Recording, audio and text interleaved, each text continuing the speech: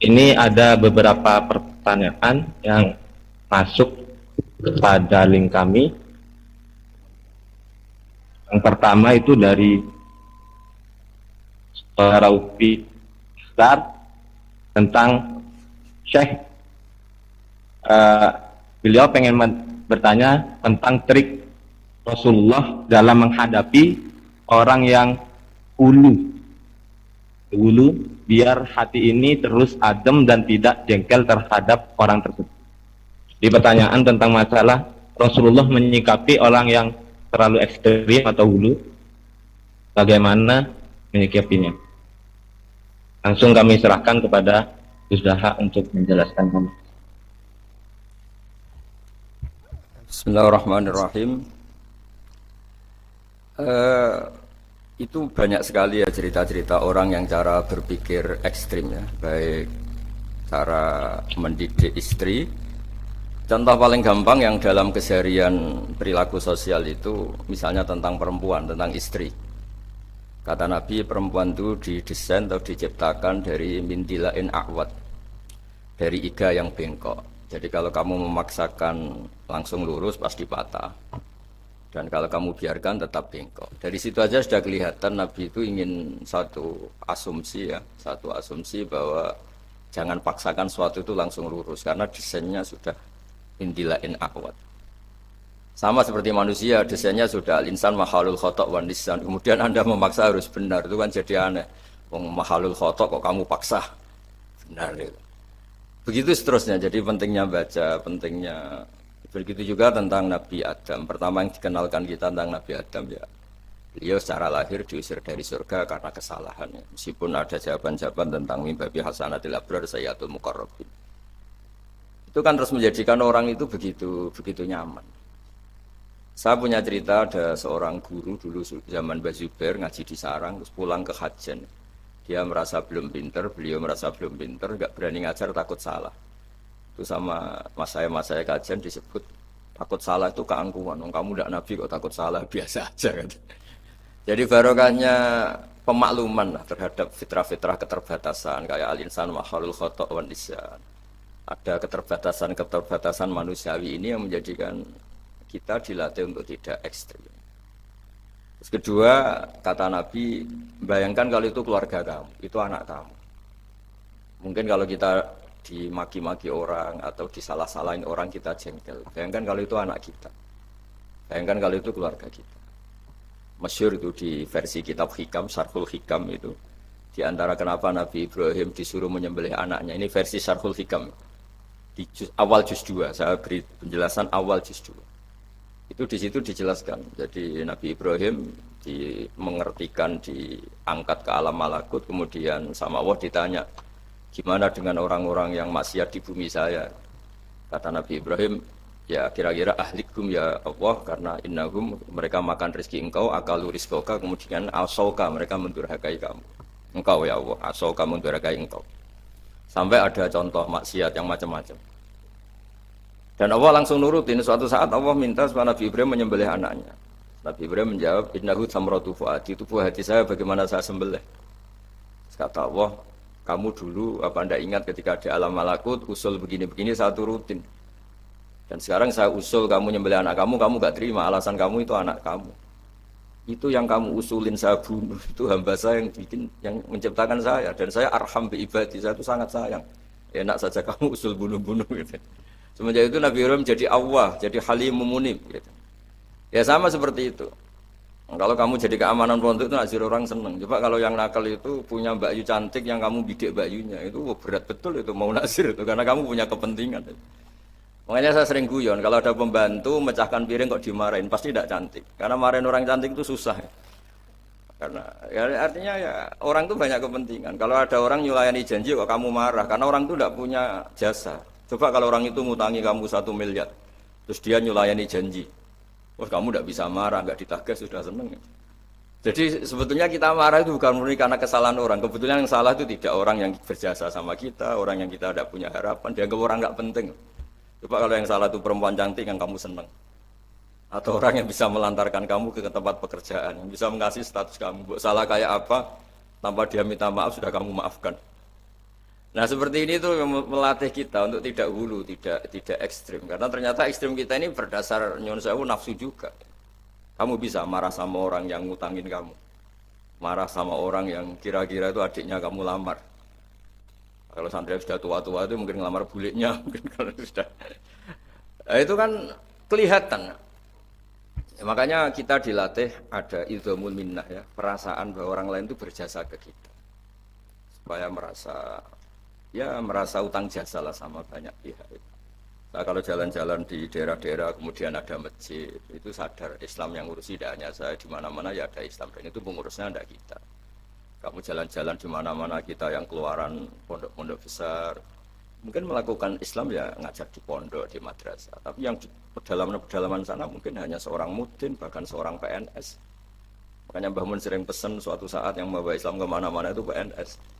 Karena PNS barokahnya dia muslim, dia di daerah tertinggal pun sama negara difasilitasi ada masjid, ada musola. Karena departemen-departemen di Indonesia pasti disediain fasilitas musola atau masjid. Barokahnya itu Islam menyebar di mana-mana. Karena konsekuensi dari pegawainya yang muslim sama negara dibikinkan masjid. Dan barokahnya yang bikin negara semuanya tertata rapi langsung jadi. Coba kalau kita yang ke desa-desa tertinggal, kita sendiri miskin, mau cari sumbangan juga sama orang yang belum peduli sama Islam. Tapi kalau Anda dokter misalnya masuk ke pedalaman Irian karena Anda dokter muslim sama negara difasilitasi ada musola, ada masjid. Dan karena Anda tugas negara dilindungi keamanannya di macam-macam. Makanya kata Mbah Mun, kamu harus tahu gak suatu saat yang menyebarkan Islam itu ya PNS. Ya tentu santri pastilah, santri kiai pasti. Tapi juga kita nyadari di beberapa negara non muslim ada masjid besar ya bawaannya kedutaan karena kedutaannya muslim, kedutaan kita muslim, barokahnya itu dibikinkan masjid. Itu juga mahasiswa-mahasiswa akhirnya ikut punya masjid di beberapa negara Eropa, di Amerika Latin itu barokahnya ada kedutaan muslim, misalnya Indonesia atau Arab Saudi, terus diberi fasilitas agama dan seterusnya. Dari cara mengakui orang lain itu terus berpikir ekstrem tidak, ternyata yang kontribusi pada Islam itu banyak, yang menyebarkan Islam ke dunia itu banyak. Barokahnya itu kita tidak mudah menyalahkan orang lain, tidak merasa paling mengawal Islam, tidak merasa paling berjasa. Ya saya kira demikian. Ya masih sekali lagi ya sudah cukup ini, sudah pinter kok tanya. Nah, di sini ada pertanyaan terakhir ya dari via YouTube tentang bagaimana konsep wasatiyah dalam membela negara. Bagaimana cara kita atau ajaran wasatiyah dalam hal-hal yang berhubungan dengan membela negara. Kepada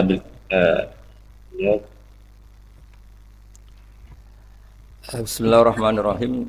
Kalau wasatiyah ya sampai level perbedaan negara ya, beda komunitas. Sebetulnya ada membela negara. Oh, membela negara. Dalam ya jadi pamilih dari negara tersebut. Kalau sampai membela negara dengan arti menjaga wahdatil ummah, ya kita tetap pakai fikih saja. Misalnya kita tetap senang kalau al-mu'min itu siapa, al-muslim itu siapa. Al-muslim itu man salim al-muslimun min lisanihi wa yadihi. Orang Islam itu orang yang orang lain itu tidak mendapat kesulitan karena perilaku dia ya, baik perilaku lisan maupun perilaku min lisanihi wa yadihi. Jadi kita dukung stabilitas negara. Kalau negara ini kacau juga orang Islam dari pekerjaan susah. Kalau negara stabil kan tidak yaktulu ba'duhum ba'da, tidak saling bunuh, tidak saling apa. Tapi kalau barokahnya kita dukung negara dengan makna stabilitas terjaga kan, yang orang-orang miskin bisa kerja di pabrik, guru-guru bisa ngaji, orang Islam bisa sholat nyaman.